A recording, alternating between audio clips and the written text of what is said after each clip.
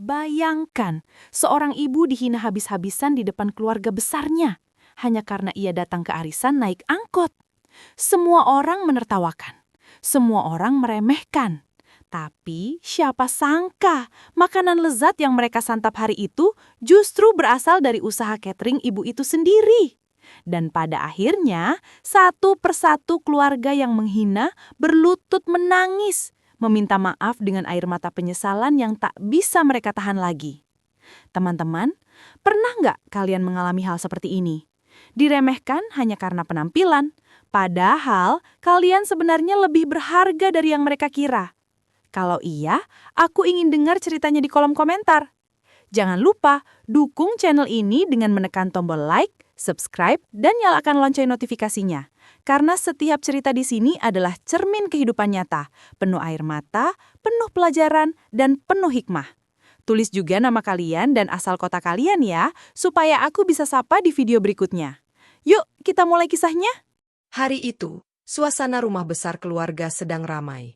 Tenda putih sudah berdiri di halaman, kursi-kursi disusun rapi, dan meja panjang penuh dengan makanan yang menggoda selera. Aroma rendang, sate ayam, dan sayur lodeh menyeruak ke udara, membuat siapapun yang datang pasti merasa lapar. Semua anggota keluarga besar berkumpul, karena ini adalah acara arisan keluarga yang diadakan setiap 3 bulan sekali. Di tengah keramaian itu, sebuah angkot berwarna biru berhenti di depan rumah besar tersebut.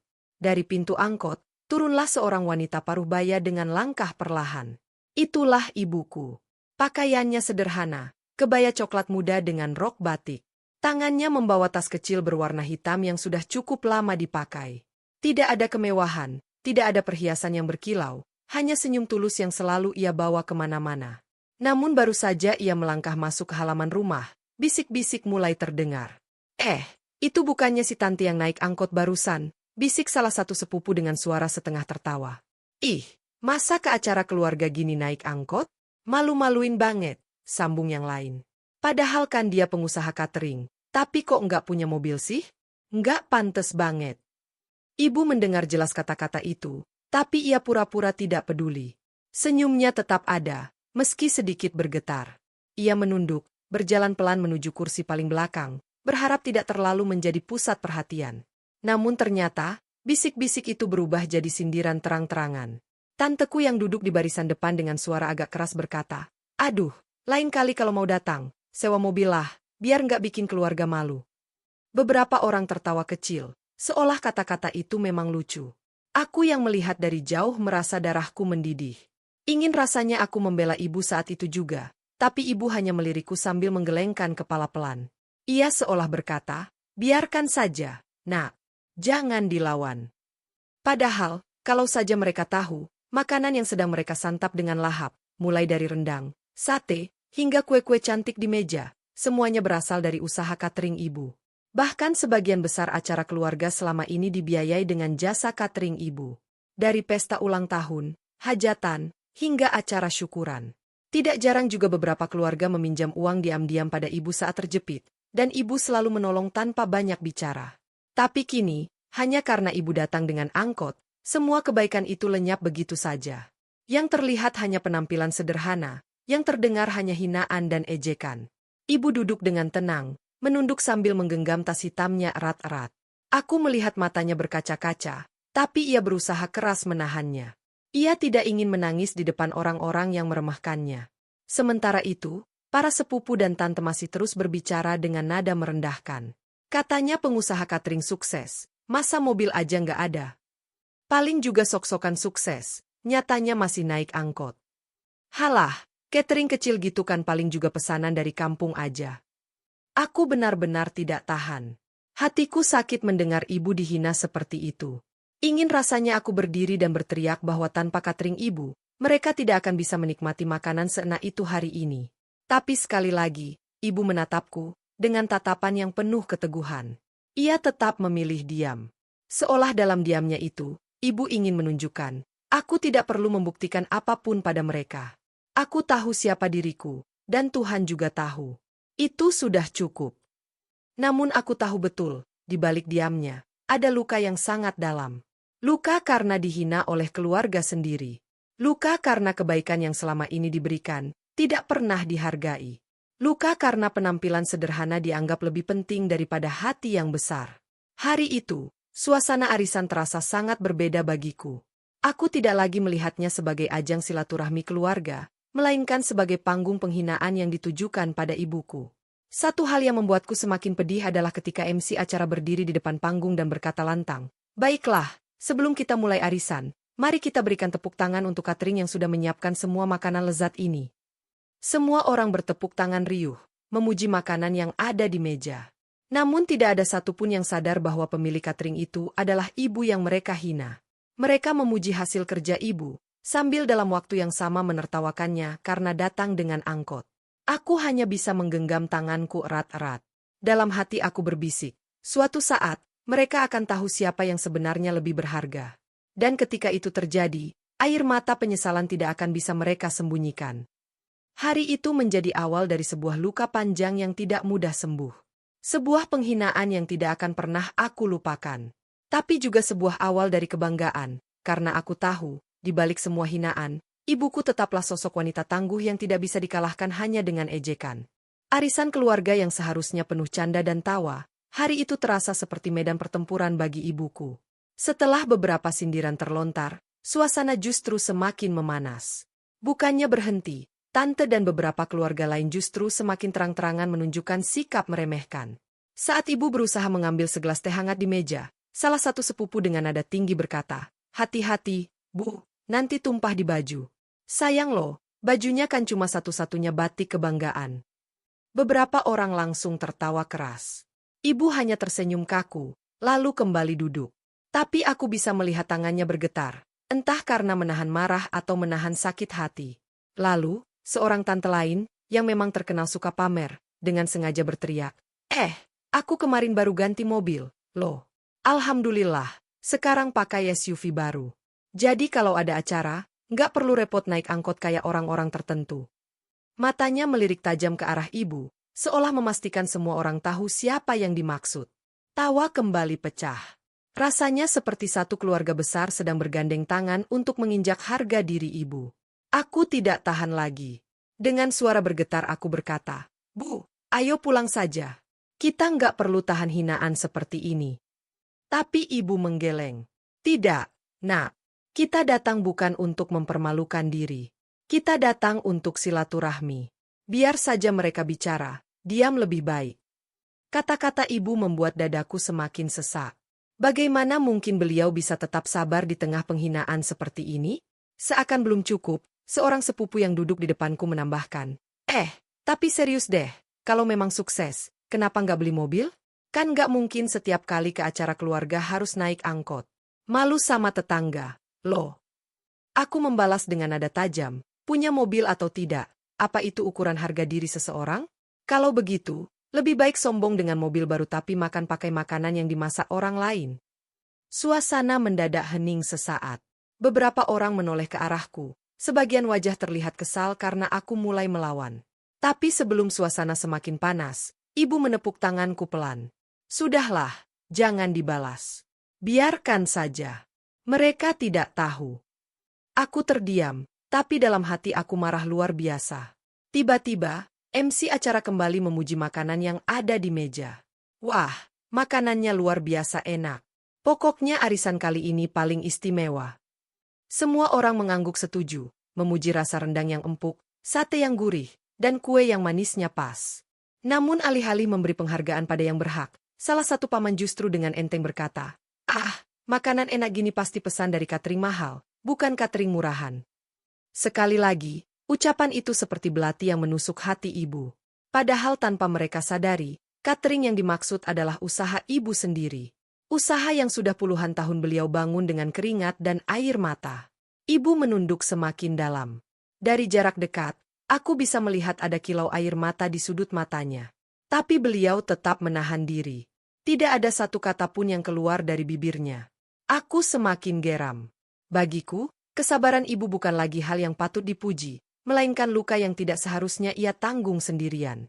Tapi ibu tetap memilih diam, seolah ingin menunjukkan bahwa kekuatan sejati bukanlah pada balasan kata-kata, melainkan pada keteguhan hati. Puncak penghinaan terjadi ketika salah satu tante dengan suara lantang berkata, Ya ampun, coba bayangkan, pemilik catering katanya sukses, tapi datang ke arisan aja masih naik angkot. Kalau begini sih aku nggak percaya cateringnya besar. Paling juga pesanan kecil-kecilan. Tawa pun kembali menggema. Aku mengepalkan tangan sekuat tenaga. Rasanya aku ingin berdiri dan berteriak di depan mereka semua, bahwa tanpa catering ibu, acara ini bahkan tidak akan ada makanan yang bisa mereka banggakan. Aku ingin membongkar semua kemunafikan mereka, bagaimana mereka sering minta diskon, bahkan ngutang ke ibu saat punya acara. Tapi sekali lagi, ibu menatapku dengan lembut. Senyum getir itu muncul, dan dengan suara lirih ia berkata, "Sabar, nak. Biarkan mereka tertawa sekarang. Nanti Tuhan yang balas." Aku tercekat. Tidak ada yang bisa kukatakan lagi.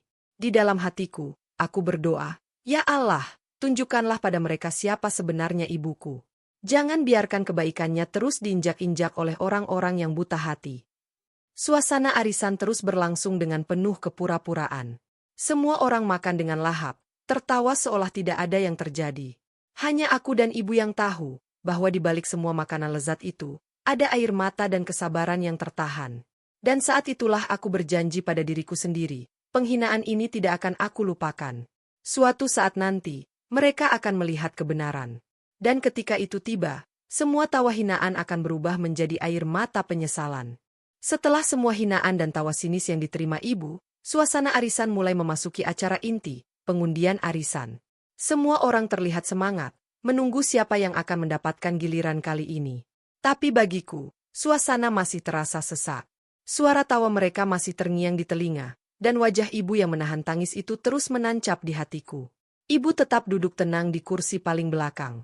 Sesekali ia tersenyum pada orang-orang yang lewat, meski jelas senyum itu bukanlah senyum bahagia, melainkan senyum yang dipaksakan. Namun, tidak ada satupun yang sadar. Semua sibuk dengan urusannya masing-masing. Hingga tiba-tiba, salah seorang panitia arisan berdiri di depan panggung dan berkata, "Baik, sebelum kita lanjut ke pengundian, mari kita berikan apresiasi khusus untuk catering yang sudah membuat acara kita begitu meriah dengan hidangan yang luar biasa lezat." Semua orang serempak bertepuk tangan. Ada yang bersiul, ada yang memuji keras-keras. "Wah, makanannya juara. Betul, nggak ada lawan. Rasanya kayak catering hotel bintang 5. Aku melirik ibu.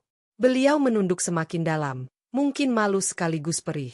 Makanan yang mereka puji, makanan yang mereka anggap setara hotel bintang 5 itu, adalah hasil kerja keras ibu sendiri. Tapi tidak ada yang tahu, karena panitia belum menyebutkan nama.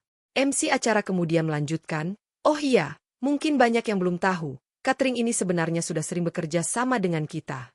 Dari beberapa acara keluarga sebelumnya, sampai hajatan besar. Dan kali ini pun, semua menu disiapkan oleh Catering Rasa Nusantara." Aku terkejut sekaligus lega. Nama itu begitu familiar, karena memang itulah usaha ibu. Aku menoleh pada ibu, yang langsung membekap mulutnya dengan tangan, berusaha menahan isak. Ruangan mendadak hening sejenak. Beberapa orang menoleh satu sama lain, seolah baru menyadari sesuatu. Lalu MC menambahkan, dan pemilik catering ini tidak lain adalah tante kita sendiri, ibu yang duduk di belakang. Mari kita beri tepuk tangan untuk beliau. Semua kepala serentak menoleh ke arah ibu. Mereka yang tadi menertawakan, mendadak terdiam dengan wajah kaku. Senyum-senyum sinis hilang seketika, digantikan tatapan bingung dan salah tingkah. Tepuk tangan memang terdengar, tapi tidak sekeras tadi. Ada rasa canggung yang jelas terasa di ruangan itu. Orang-orang yang tadi menghina kini tertunduk, seolah malu dengan diri sendiri. Namun masih ada yang mencoba menutupinya dengan tawa. "Oh, jadi catering ini dari tante ya? Pantas enak sekali," katanya, pura-pura kagum, padahal aku tahu itu hanya tameng dari rasa malu. Ibu hanya tersenyum. Senyum yang kali ini benar-benar tulus, meski masih ada sisa luka di matanya. Ia bangkit dari kursi, berdiri perlahan, lalu menunduk hormat. "Terima kasih. Semoga makanan ini bisa membawa kebahagiaan untuk kita semua." Hanya kalimat sederhana. Tidak ada sindiran balik, tidak ada kata-kata kasar. Justru itulah yang membuat suasana semakin menohok. Karena di balik kesederhanaan kata-kata itu, semua orang sadar betapa besar hati ibu. Aku melihat beberapa tante yang tadi paling keras menghina, kini sibuk menunduk dan memainkan jari mereka. Beberapa sepupu yang tadinya tertawa, sekarang tidak berani menatap mata ibu. Bahkan paman yang sempat menyebut catering murahan, kini wajahnya memerah seperti tomat. Aku hampir saja berdiri dan berteriak, "Lihatlah! Orang yang kalian hina, ternyata orang yang membuat kalian bisa duduk nyaman dengan perut kenyang hari ini." Tapi lagi-lagi, ibu menatapku dengan tatapan teduh yang seolah berkata, "Tidak perlu, nak. Biarkan saja. Mereka sudah mendapat balasannya." Suasana yang tadinya riuh, kini berubah menjadi canggung. Hanya terdengar suara MC yang mencoba mencairkan suasana dengan melanjutkan undian arisan. Tapi bagi mereka yang sadar, suasana hati sudah tidak lagi sama. Beberapa tamu bahkan mulai berbisik lirih. "Ya ampun, jadi selama ini yang masak itu dia ya? Kok kita bisa sebodoh itu menghina dia tadi? Aduh, aku malu sekali. Padahal aku sering minta diskon ke dia." Aku mendengarnya, dan dalam hatiku aku berkata, inilah balasan yang sebenarnya. Tanpa perlu teriak, tanpa perlu marah, Tuhan menunjukkan siapa yang benar. Ibu kembali duduk, menenangkan diri. Aku menggenggam tangannya, hangat tapi sedikit bergetar. "Bu, lihat kan? Semua orang sekarang tahu siapa ibu sebenarnya." Ibu tersenyum sambil menghela napas panjang. "Nak, hidup itu bukan tentang siapa yang paling mewah datang ke acara, tapi tentang siapa yang bisa memberi manfaat. Biarlah mereka menghina, yang penting kita tetap bermanfaat. Itu sudah cukup." Kalimat itu menusuk dalam hatiku. Aku sadar, ibuku bukan hanya wanita tangguh, tapi juga wanita berhati besar. Di saat orang lain menghina, ia tetap memilih memberi. Di saat harga dirinya diinjak, ia tetap bisa berdiri dengan tenang. Arisan pun berlanjut, tapi aku tahu, di hati banyak orang, perasaan malu sudah menggerogoti. Mereka tidak akan pernah lupa bahwa orang yang mereka remehkan hari ini adalah orang yang menopang kehidupan mereka selama ini. Dan aku tahu, cerita ini belum selesai. Karena setiap penghinaan selalu menyisakan jejak. Dan setiap kebenaran yang terungkap, selalu membawa balasan yang lebih besar di kemudian hari. Arisan akhirnya selesai. Satu persatu keluarga mulai berkemas, tapi suasana tidak lagi sama seperti saat awal acara. Tawa yang tadi keras, kini berubah jadi bisikan canggung. Senyum sinis yang tadi merendahkan, kini berganti dengan tatapan serba salah. Ibu berjalan pelan menuju meja, membantu membereskan piring bekas. Padahal beliau bukan panitia, tapi sudah menjadi kebiasaannya, ringan tangan. Tidak ada gengsi, tidak ada marah. Justru itulah yang membuat semua orang semakin bungkam. Tiba-tiba, tante yang tadi paling keras menghina, menghampiri ibu dengan wajah kaku. Makanan tadi enak banget, Bu. Saya sampai nambah 2 kali. Maaf ya, tadi saya bercanda." Aku tahu, itu bukan candaan. Itu penghinaan yang jelas-jelas menusuk. Tapi ibu hanya tersenyum tipis. "Iya, enggak apa-apa. Semoga kenyang, ya." Kalimat sederhana, tapi justru terasa seperti tamparan. Tante itu menunduk, wajahnya memerah. Lalu paman yang tadi menyebut catering ibu, murahan, ikut mendekat. Saya mau pesan untuk acara ulang tahun anak saya bulan depan. Kalau bisa, menu lengkap, ya.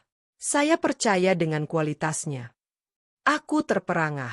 Orang yang tadi meremehkan, sekarang justru datang meminta tolong. Ingin rasanya aku menolak mentah-mentah, tapi ibu menjawab dengan tenang. "Insya Allah, nanti saya siapkan yang terbaik." Hening kembali melanda. Beberapa sepupu yang tadi tertawa kini hanya bisa saling pandang, wajah mereka pucat. Aku tahu, dalam hati mereka sedang berkecamuk. Malu, menyesal, tapi terlalu gengsi untuk mengakuinya. Ibu tetap berjalan pelan, pamit pada beberapa orang, lalu menuju pintu keluar. Aku mendampinginya, menuntun langkahnya. Saat itu, aku mendengar bisikan lirih dari salah satu tante yang duduk di pojok. "Ya Allah, tadi aku keterlaluan sekali. Padahal selama ini, acara keluarga kita nggak pernah lepas dari bantuannya." Bisikan itu memang tidak ditujukan langsung pada ibu, tapi cukup membuat dadaku terasa lega. Karena setidaknya, penyesalan itu mulai hadir. Ketika sampai di depan rumah, angkot yang sama sudah menunggu. Ibu naik perlahan, lalu duduk di kursi dekat jendela. Aku ikut masuk, dan sebelum pintu tertutup, aku menoleh ke arah keluarga yang masih berdiri di teras.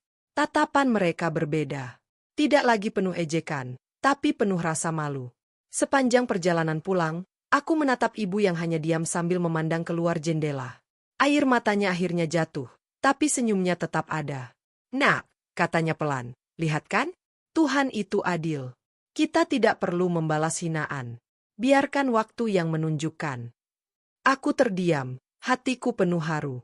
Aku baru benar-benar mengerti makna kesabaran hari itu. Balasan ibu bukan dengan kata-kata kasar. Balasan ibu adalah hasil kerja kerasnya yang nyata. Balasan ibu adalah rasa malu yang kini ditanggung sendiri oleh orang-orang yang menghina. Dan balasan ibu adalah ketenangan hati, karena ia tidak pernah berhenti berbuat baik meski diremehkan. Aku menunduk, menggenggam tangan ibu erat-erat. "Bu, aku janji. Aku akan selalu ada untuk ibu. Dan aku akan pastikan, semua orang tahu betapa berharganya ibu. Mereka boleh menghina, tapi bagiku, ibu adalah kehormatan yang tidak ternilai." Ibu tersenyum, menatapku dengan mata berkaca-kaca. "Terima kasih, Nak." Itulah doa seorang ibu. Anak yang bisa menjaga hati dan harga diri ibunya. Dan di dalam hati, aku tahu, hari itu akan menjadi cerita yang selalu aku kenang. Bukan sebagai hari penuh hinaan, tapi sebagai hari ketika kesabaran ibu membungkam semua mulut yang merendahkan. Seminggu setelah arisan, sebuah kabar mengejutkan datang. Salah satu tante yang paling sering menghina ibu tiba-tiba menelepon. Suaranya terbata-bata, penuh rasa malu. "Bu, maafkan saya. Anak saya masuk rumah sakit, dan saya benar-benar butuh bantuan. Tolonglah." Ibu terdiam lama. Aku yang mendengarnya langsung panas. Dalam hati aku ingin berkata, "Kenapa harus minta tolong sekarang, setelah kemarin kau hina habis-habisan?" Tapi sebelum sempat aku bicara, ibu sudah menjawab dengan suara lembut. "Iya, nanti saya datang. Jangan khawatir." Hari itu juga kami berangkat. Ibu membawa beberapa makanan dan sedikit uang untuk membantu biaya rumah sakit. Saat sampai di sana, tante itu menangis terseduh-seduh di depan ibu. Air matanya jatuh deras, wajahnya basah penuh penyesalan. "Maafkan saya, Bu, saya hilaf. Saya terlalu sombong. Saya hina ibu hanya karena angkot. Padahal semua ini nggak ada artinya dibanding kebaikan hati ibu. Saya malu sekali." Tangisnya begitu keras, membuat beberapa orang di ruang tunggu ikut terdiam. Suasana menjadi haru. Aku menatap ibu, menunggu jawabannya. Ibu perlahan meraih tangan tante itu. Dengan suara bergetar ia berkata, "Sudahlah, jangan diingat lagi. Kita ini keluarga. Saya nggak pernah menyimpan dendam. Yang penting sekarang anakmu sehat. Itu saja sudah cukup." Tangisan semakin pecah. Tante itu berlutut, memeluk kaki ibu sambil terus meminta maaf. Sungguh, pemandangan itu membuat dadaku sesak. Air mataku ikut jatuh, bukan karena sedih, tapi karena kagum pada besarnya hati ibu. Hari-hari berikutnya, kabar itu menyebar ke seluruh keluarga. Bahwa ibu yang mereka hina, ternyata justru menolong ketika mereka dalam kesusahan. Satu persatu anggota keluarga mulai datang, ada yang meminta maaf, ada yang menunduk malu tanpa berani bicara. Dan puncaknya terjadi ketika acara keluarga kembali diadakan sebulan kemudian. Kali ini, semua orang menyambut ibu dengan penuh hormat. Tidak ada lagi bisik-bisik, tidak ada lagi sindiran. Justru mereka berdiri, menyalami ibu satu persatu. Beberapa bahkan langsung menangis di hadapan beliau. "Bu, kami malu. Kami menyesal sudah meremehkan. Padahal selama ini, hidup kami banyak terbantu oleh usaha ibu. Maafkan kami, Bu. Mulut ini terlalu lancang, hati ini terlalu congkak." Air mata mengalir deras. Bukan hanya dari mereka, tapi juga dari banyak orang yang hadir. Ibu tersenyum, meski matanya ikut berkaca-kaca.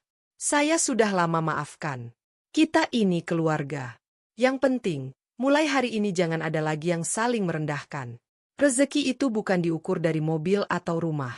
Rezeki itu diukur dari seberapa banyak kita bisa bermanfaat untuk orang lain." Kalimat itu seperti petir yang menyambar. Semua orang menunduk, menangis, bahkan ada yang memeluk ibu erat-erat. Dan di saat itulah, aku sadar, inilah klimaks dari semua luka yang ibu terima. Hinaan, ejekan, sindiran, semua dibalas dengan kesabaran dan kebaikan. Dan balasan Tuhan akhirnya datang dengan cara yang paling indah, air mata penyesalan dari orang-orang yang dulu merendahkan. Aku menggenggam tangan ibu, menatapnya penuh bangga. "Bu, lihatlah, mereka semua akhirnya mengerti. Semua hinaan itu berubah jadi hormat." Ibu menatapku dengan senyum lembut. "Nak, hidup memang begitu.